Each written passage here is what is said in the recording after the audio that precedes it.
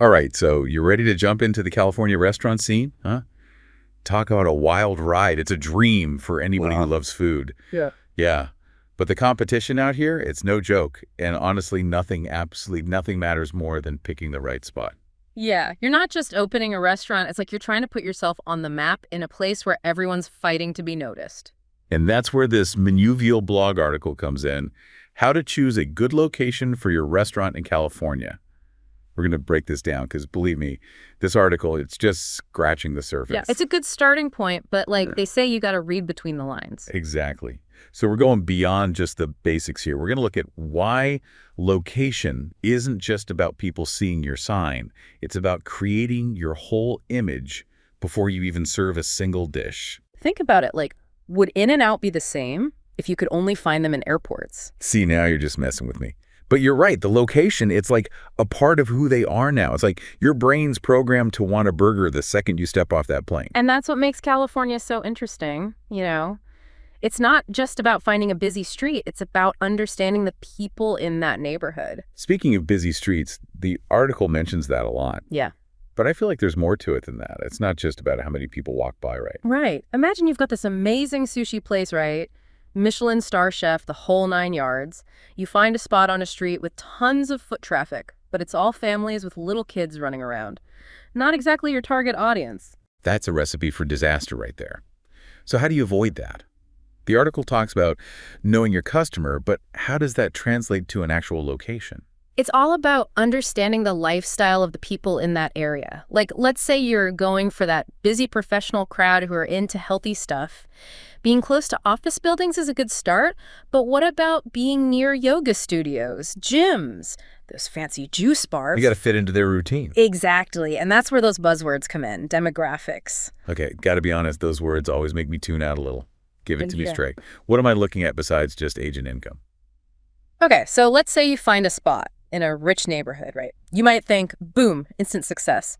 But what if everyone there has got young kids? Suddenly, a fancy skip house might not be the best idea. But that same spot would be perfect for like a farm-to-table family place, right? Yeah. Especially in California, everybody loves that fresh local food. Now you're getting it. And that's just one example.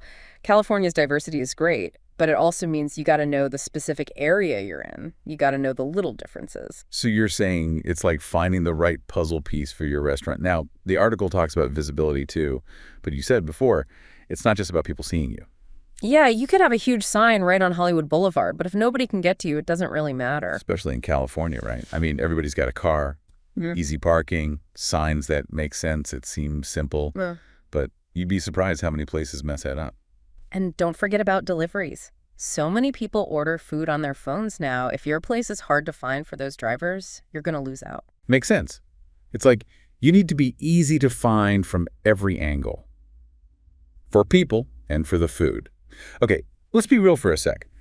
The article mentions affordability, which in California, let's just say that's a whole other conversation. California real estate, it's no joke, especially in those prime spots. But the article mentions something interesting, regional differences. So there's still hope for the rest of us who aren't millionaires. Of course. Think about it, living on the beach versus living more inland, it costs way more rate. And that's true for rent, too. So you might be giving up that ocean view, but your rent's not going to break the bank. And you've got a whole new set of customers. Exactly. And this is where knowing those little micro markets like we talked about, that's so important. A new neighborhood that's just starting to get popular might not be as fancy, but there's less competition, more room to grow. Bigger risk, bigger reward. That's the game we're playing. Right. And I've seen places find huge success this way. They find those areas that are about to take off and they get in early, become part of the community as it grows. They're not just following trends, they're creating them. I love it.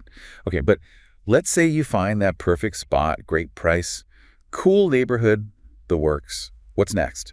What happens once you've got the keys? That's where it gets tricky. A lot of people, they get so excited, they forget about the practical stuff. And that's where they make mistakes. You get blinded by the dream. Exactly. The article mentions due diligence, and seriously, that's not just a fancy word. You gotta become a detective and really check out every single detail. So it's more than just making sure you like the color of the walls. Way more. Does the layout work for customers and for your staff? Is there good ventilation in the kitchen? Don't want your customers smelling like French fries all night. Exactly.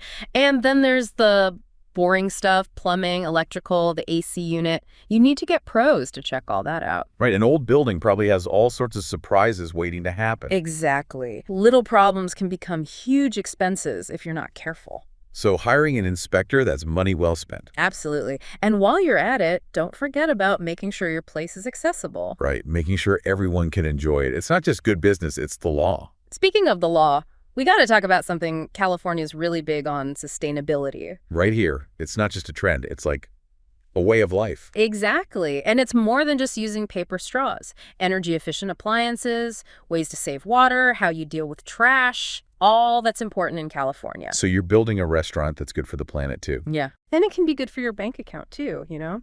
Really, how so? Those energy efficient appliances we talked about, they cost a bit more upfront, but in the long run, they can save you a lot of money on your bills.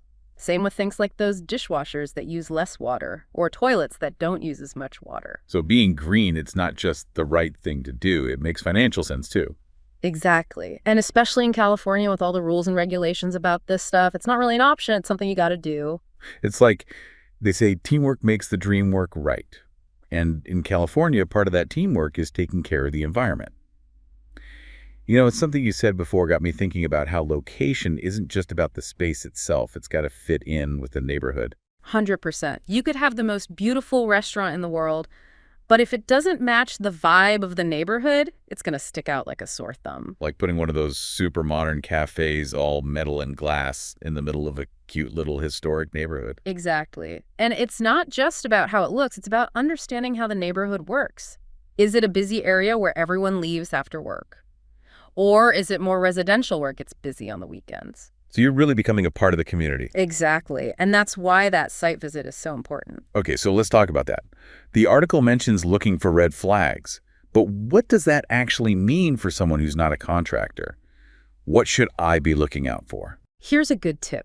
Go to the space at different times of the day, different days of the week. You'll get a feel for how much foot traffic there really is, how loud it is, the whole atmosphere. So don't just trust your gut, actually do some research. Smart. Exactly. See how easy it is to get there. Is there parking? Talk to the businesses nearby, see what they have to say about the area. That's such a good idea. They're the ones who really know the neighborhood. Exactly. They'll tell you things you won't find in any report. And while you're there checking things out, don't forget to look up Wait, what am I looking for up there? zoning laws.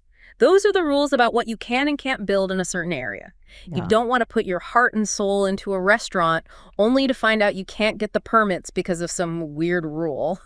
Talk about a nightmare. So yeah, definitely got to do your homework on those zoning laws. Absolutely.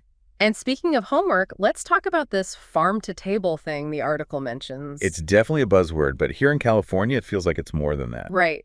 California's got such amazing farms and produce farm-to-table. It's not just about fresh ingredients. It's about supporting local businesses, sustainable farming, showing off what California's all about. It's like it becomes part of your story, a way to stand out from everyone else. Exactly.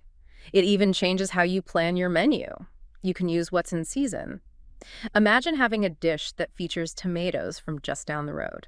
That's something you can tell your customers about, a connection to the land and the people who grow your food. It's like the whole California food experience comes full circle. So we've covered a lot today, from the ins and outs of zoning to why farm to table is such a big deal.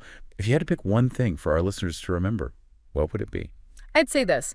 Opening a restaurant in California, it's not easy. It's like a maze with all sorts of challenges. But if you plan carefully, do your research, and really understand how California works, you can find that perfect spot to make your restaurant dreams come true. Well said. So to all you restaurant pioneers out there, remember, it's not just about finding a space. It's about creating an experience. Thanks for joining us on this deep dive into the world of California restaurants. Until next time, happy cooking.